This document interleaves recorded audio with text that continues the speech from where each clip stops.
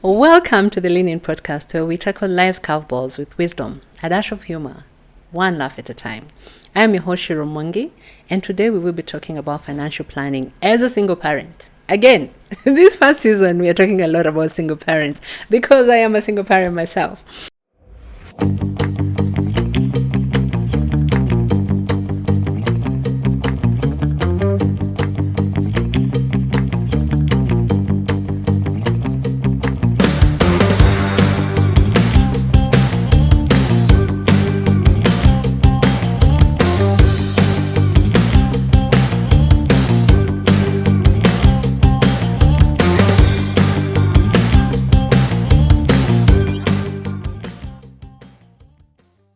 So, financial planning for a single parent requires strategic thinking.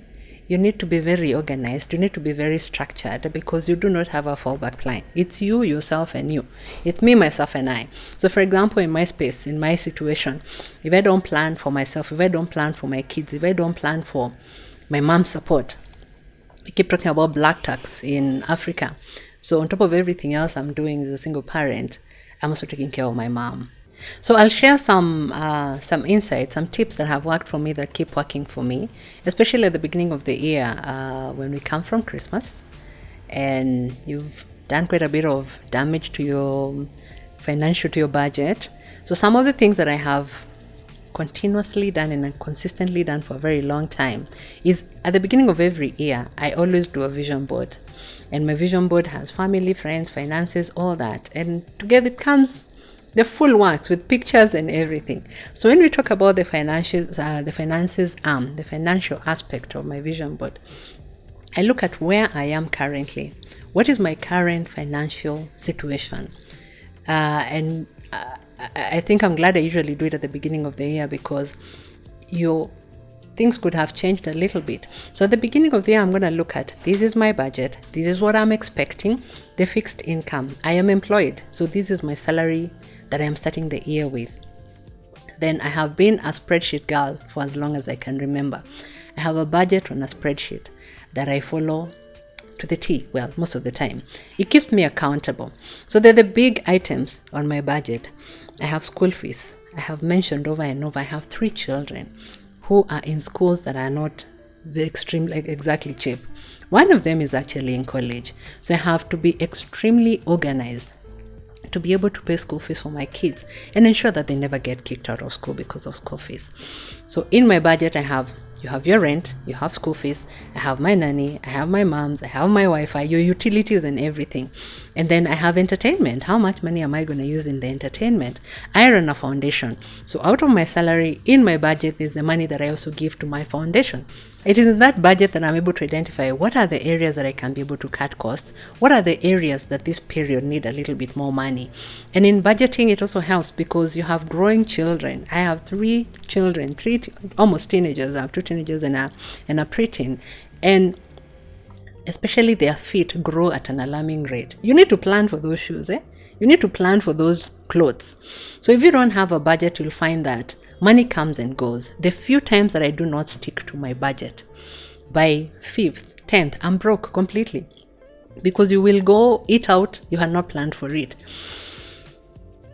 And you will end up giving people money that you had really not budgeted for. So there's creating a budget, and as a single parent, I have to have an emergency fund. And for the longest time, I used to hear about an emergency fund. But an emergency fund for me is an amount of money that I have set aside that I know even if I lose my job today, for the next 6 months, we're going to tighten our belts a little bit, but we will not stay without shelter. My kids will not stay out of school. We will not lack food.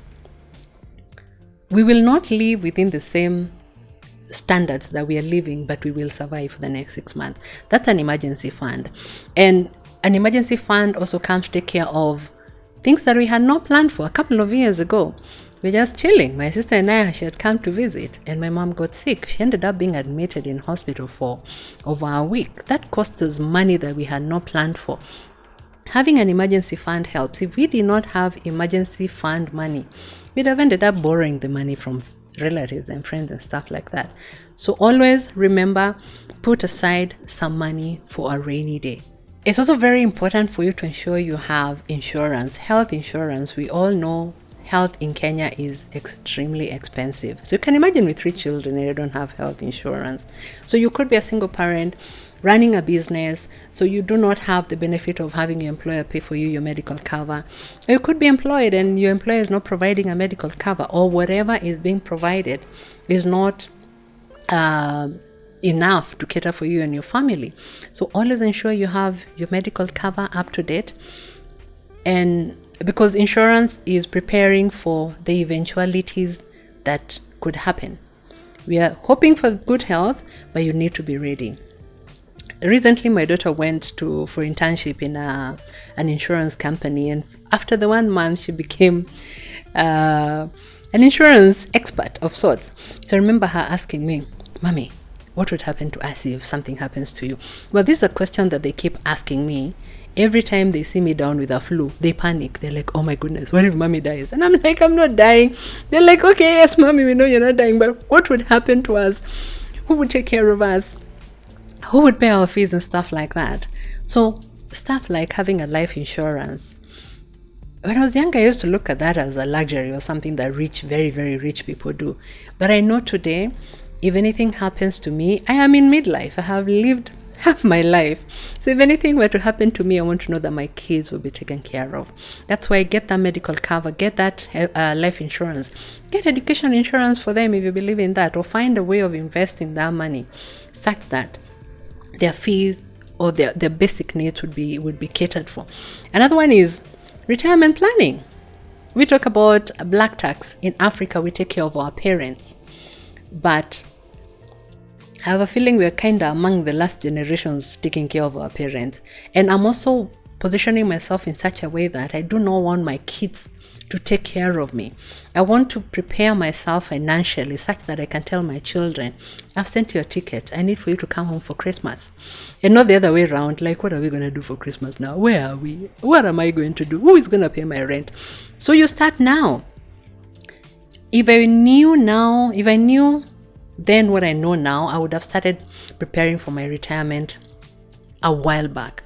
Some of the investment that I got myself into that ran me in debt, and I'm going to talk about debt management as a single person, as a single parent, but some of the investments that I did, I would not have done them. I would have done something that would have worked towards my retirement, something that would ensure that I have stability once I retire and I'm not depending on people. Debt management is another one. Remember, you have you, yourself, and you to rely on. So you have to really manage your debt. Don't take debt to do things that are not going to give you a return. And a while back, I found myself in such a space. I was in such a bad mental space. I didn't want to be still and listen to my mind. So what did I do? I ran and I took loans left, right, center. I was farming. I was running businesses. All these were very expensive hobbies because they were not giving me a return that was even enough to pay back the loans that I had taken. So what this meant is that I found myself single, no plan B, and in debt. So for the last few years, I was intentional on debt management. I'm clearing my debt. So part of my budget, there's some amount of money that I'm putting away every single month, as much as I'm paying rent, as I'm paying my debt, to help me reduce the debt. Today, we all know, especially in Kenya, debt is very expensive. I think today our interest rate is over 16%. So can you imagine, for every 100 shillings you borrow, 17% of that is going to go back into somebody else's pocket. So manage your debt. Also be very clear of your financial goals, your short-term, mid-term, long-term goals. So for example, my short, medium-term goal has been getting out of debt. I want to be able to put away the same amount of money that I am repaying back as loans. I want to be able to put that away in savings, or put it in a position, in a space where it's actually giving me back some income. Long-term goals. For example, I talked about retirement. I want to be able to provide for myself fully by the time I'm retiring. How old am I? How many more years do I have to retirement? How many more productive years do I have? What can I do with that during that time to ensure that I'm working towards my goal, my long-term goals? Have clarity of that as well. I also learned it's very important to speak to professionals. And that's why they're professionals. They're professional in every area. For example, I'm a professional human resources and a coach, a professional coach, life coach. And I'm really good at it. There are those people who are really good at financial management, wealth management. So when I was younger, I used to think those people work with only the very rich. I will look for one when I have a lot of money. But that was very misguided, because I'd rather talk to one now that I'm working towards financial freedom, so that they can guide me and tell me what I need to do to get the financial freedom I hope to get as I grow older. So get professionals to work with you. And as you do all that, make sure that your legal documents are in order. Remember, as a single parent, it's you, your children, and everything around you. So make sure that you have a will. For the longest time, I used to think having a will as a young person, well, just having a will in African context, I know a lot of us do not do it because we feel like it's almost courting death. It's almost like inviting death. But we have seen what has happened in our circles, in prominent areas. Somebody dies and then people are left fighting over the little property there is. Oh, some of them are pretty wealthy. And they fight and waste and squander everything without having an agreement on who is going to do what. And sometimes I'm thinking, so you just agree. You have so much money. You have enough to go around. So decide for you and for your children. Save them from that. It doesn't matter how much you have, by the way. Again, this is something I used to think I will do when I get a lot of property. Right now, what do I have to put in a will? But the little you have, it could be your furniture. It could be the little jewelry you have. Please put it in a will and identify, appoint trustees that are going, people who you trust, people who you know will not snooker your children. Because we have also seen people have put in place wills. They have children who are below the age of 18, so they cannot be able to administrate whatever it is that you're leaving them. And the people you have appointed as trustees or guardians, take advantage of that situation and waste whatever little you have left your children. So make sure you have identified, appointed, very trusted people to work with your children. Ensure whatever it is that you hope that will does is actually accomplished. As you do all that, remember to take care of yourself. So taking care of yourself is paramount. It's bottom line. Everything relies on your mental well-being, on your physical well-being. I talked about budgeting. When I am not in a good mental space, I end up spending money that I do not have. We hear people talking about, what is it called, shopping therapy, that I'm going for shopping therapy. And I'm thinking, go and talk to a therapist. It's actually cheaper. Things are very expensive. And that's what I'm talking about. Take care of your self-care. Take care of your mental space such that you're not going to go to a mall or online shopping. Right now, we're doing a lot of Instagram shopping. And if you scroll, and you know there's AI. So once you look for cloth lines or clothing shops, they will start bringing all these amazing things. Before you know it, you're buying things that you actually don't need. Take care of your mental well-being such that you're not looking for satisfaction, or you're running away from that space and spending money that you actually do not have to try and fulfill a need that is actually not there. The need is different. It's there, but it's different. So take care of yourself, exercise, find your tribe, talk to a therapy if you need to. Plan your plan for your year, plan your finances, stick to your financial plan, talk to your children. As a single parent, it's very important for you to carry your children along the journey of planning. This is our budget, this is what we're doing, this is what we can do, this is what we can't do. I've gotten instances where my kids come and tell me, but mommy, my friends are doing ABCD, and I'm like, unfortunately, you're not your friends. But mommy, my friends are going ABCD, and I'm like, unfortunately, we are living within these means, and this is what we are doing.